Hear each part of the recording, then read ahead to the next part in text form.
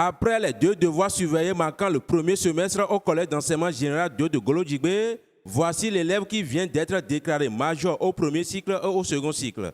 Tous deux présentant un aspect d'un élève non égalé. Différemment dans leur promotion, de 6e en 3e, voici celle qui vient de prendre la tête au premier cycle à travers ce forum avec une moyenne de 7,01. Moussa Moujibat, élève en classe de 4e D, passionné de la lecture, qui est d'ailleurs la substance de compréhension des nœuds cachés dans les questionnaires à résoudre. Mesdames et messieurs, à nouveau, soyez les bienvenus dans le forum éducatif instauré par la télévision Crissar TV. Ici, nous sommes actuellement à Glo, précisément au CG2 Glo-Djibé, pour savoir concrètement qui a été déclaré major au premier trimestre, soit au premier cycle ou au second cycle. J'ai à ma droite une demoiselle, une fille, notre enfant, qui nous a quand même émerveillé ce premier trimestre avec une moyenne explosive. Nous allons quand même vous permettre de la connaître plus, comment elle est arrivée quand même à rassembler ce fort taux de moyenne, de 7 de moyenne. Mesdames et messieurs, une fois encore, merci d'être toujours présent dans ce forum. Voilà, comment tu t'appelles toi? Je m'appelle Moussa Moujibat.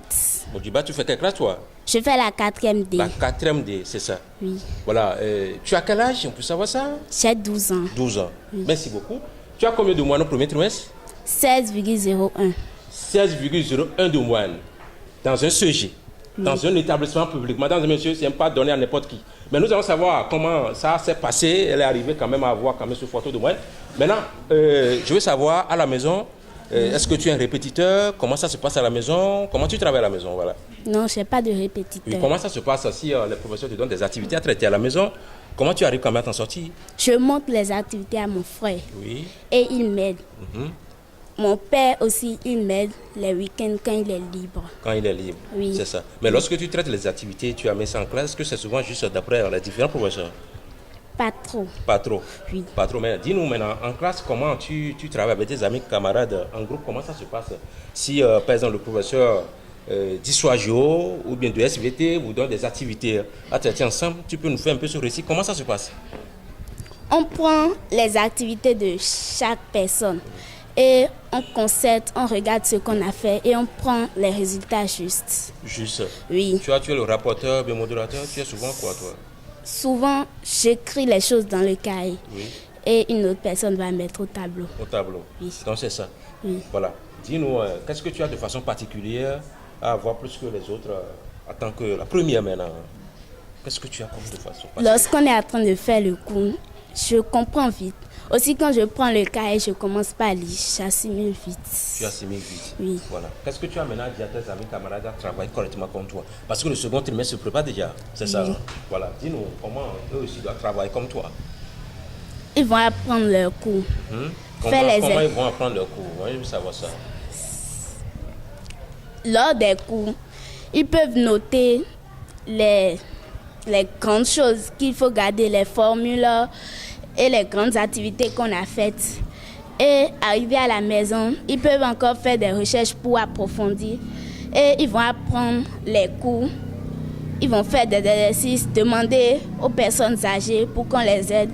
Aller à la bibliothèque, faire des recherches documentaires. Elle a un niveau très bien, je dirais excellent.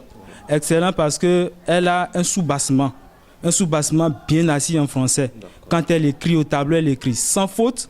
Elle s'exprime très bien et lorsque ses camarades n'arrivent pas à répondre, c'est elle qui lève la main et qui donne l'élément de réponse correct, qui n'est pas loin de ce que moi-même j'ai prévu sur ma fiche. Donc elle s'exprime bien, elle a un bon sous-bassement, c'est ce qu'elle a de plus que les autres camarades. Le second cycle étant composé de la seconde en terminale. De la série A en DR, c'est cet élève en classe de seconde C remarquablement timide qui devient désormais le meilleur élève de l'établissement scolaire CG2 de Golo-Djibé. Ce premier semestre avec une performance incontestable de 7,46 de moyenne. Mesdames et messieurs, voilà, nous sommes déjà au second cycle pour savoir qui a été déclaré major. C'est ce petit talentueux élève en classe de seconde C. Mesdames et messieurs, nous allons quand même lui permettre aussi de se présenter et aussi de nous dire exactement comment il arrive quand même à s'en sortir à la maison si on donne des activités à traiter. Également aussi en classe, comment ça se passe avec ses amis, camarades. Mesdames et messieurs, merci d'être toujours présents dans ce forum intitulé Forum éducatif instauré par la télévision Crissar TV. Voilà, comment tu t'appelles toi? Noah Meda. Meda, tu fais quelle classe toi? Seconde C. Seconde C. Tu as combien de moyenne au premier trimestre? 16,46. 16,46 de moyenne en seconde C. Dans un collège public. Mesdames et messieurs, ce n'est pas donné à n'importe qui. Mais on veut savoir concrètement comment tu travailles être premier à la maison? Comment ça se passe? On veut savoir. Si on donne des activités à traiter, comment tu arrives à t'en sortir à la maison? J'utilise les documents pour traiter les activités que le monsieur a données. Voilà. Chaque exercice, hein? Oui, Tu ne chaque- rates pas d'exercice de maison, non, pas du tout. En classe, comment ça se passe également aussi avec tes amis, camarades? Comment vous travaillez en classe ici? Je veux savoir. On fait des groupes Oui, pour traiter les activités. voilà. Et si on termine, le professeur nous explique ce qu'on n'a pas compris. Voilà. Voilà. Tu es souvent le rapporteur, modérateur. Non, Voilà. Tu n'es rien. D'accord. Tu es dans le groupe simplement. Oui. Voilà. Merci beaucoup. Maintenant, dis-moi déjà, en classe, si nous prenons chaque matière, quelle matière que tu apprécies beaucoup dans toutes les matières? mathématiques. Mathématiques. Mais pourquoi?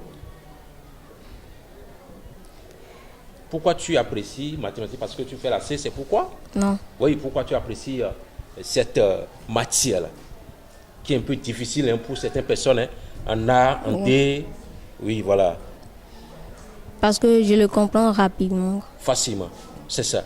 Mais tu as souvent combien de moyenne en mathématiques? 19,05. 19,05. C'est vrai ça? Oui, Le professeur est là actuellement? oui, Il est là maintenant? Oui. On peut le demander pour savoir si c'est vrai? Noah Memeda, l'élève en question, c'est un élève régulier, très assidu au travail. Bon, c'est vrai, il a l'air calme, timide, vous l'aurez constaté tout à l'heure. Il est un peu calme, timide. Il travaille, quand on lui donne des travaux à faire, il se met vraiment à la tâche. Il cherche. Donc, à la maison, je ne sais pas comment il s'organise, mais il vient de l'expliquer tout à l'heure. Donc, il sait comment s'organiser pour réussir. Voilà. Quand on donne des activités, généralement, il donne des activités à chercher à la veille. Ils cherchent à la maison, donc ils reviennent, ils font le travail individuel, on passe au travail en groupe et puis au travail collectif. Mais il fait toujours la différence à travers ses notes. Voilà. Pour preuve, pour le premier semestre, j'ai fait 3 interrogations. Il a eu comme moyenne 17,50, 20, 20. Et pour les 2 devoirs, il a eu 20 et 18. Ce qui lui fait une moyenne de 19,05 pour le compte du premier semestre. Voilà. Donc c'est un enfant brillant. Je dirais simplement que c'est un don de Dieu. À la veille des différents examens nationaux, notamment le BPC et le baccalauréat, l'une de nos équipes qui était descendue sur le terrain aimerait savoir quelles sont les mesures adéquates qui sont en train d'être prises. Voici ce que Madame le censeur nous livre. Commençons déjà par les TD et ça nous rassure déjà qu'à la fin de l'année, ça doit donner quelque chose. En plus de ça, il y a les examens blancs qui se préparent déjà et nous y sommes déjà, nous, avec le censorat, la surveillance. Aucun service n'est épargné dans la préparation de ces examens blancs qui seront organisés, si tout va bien, du 8 au 10 avril prochain. Un dispositif bien organisé à l'endroit des apprenants qui nécessite raisonnablement un coup de renforcement organisé à cet effet, histoire d'amener les apprenants à être prêts avant le jour J. C'est ce qui a donné l'engouement au SAF du CG2 de Glodjibé d'enrichir ses efforts fournis par des travaux dirigés, financés par l'État d'une part et le volontariat d'autre part. Tout ceci pour intensifier ces travaux au cas où le philanthrope n'arriverait à continuer convenablement de façon simplicite.